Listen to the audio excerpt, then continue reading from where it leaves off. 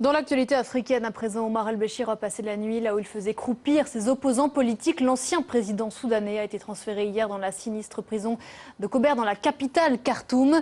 Malgré ce transfert, cette incarcération, une semaine jour pour jour, après son départ forcé, les manifestants restent mobilisés dans la capitale. Ils réclament toujours le transfert immédiat du pouvoir aux civils. Anan Saïdani.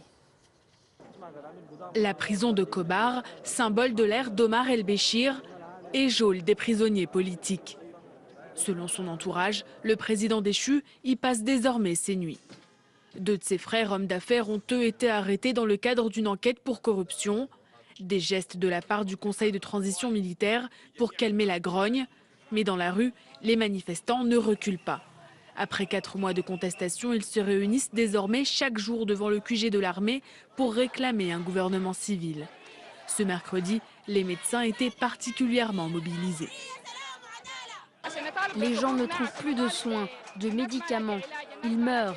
Il y a des déplacés. Nous sommes là pour nous, mais aussi pour tous les Soudanais. On réclame nos droits et ceux de la population soudanaise tout entière.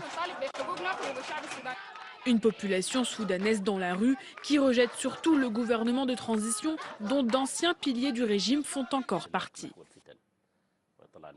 Le fait que les manifestants aient insisté sur ce départ de Béchir, c'est aussi insister sur le départ de tout le régime, de toutes les têtes qui ont constitué ce régime. Ces revendications qui continuent, ce sont les mêmes que celles qu'on a depuis des mois, mais même, je dirais, des années. C'est on veut avoir un vrai régime qui soit pour les citoyens soudanais et pas pour une seule petite clique qui est la même au pouvoir depuis 30 ans. La communauté internationale multiplie les appels pour la formation d'un gouvernement civil, mais aussi à livrer rapidement Omar el-Béchir à la Cour pénale internationale. Il fait l'objet de 2 mandats d'arrêt pour crimes de guerre, crimes contre l'humanité et génocide après le soulèvement de 2003 au Darfour.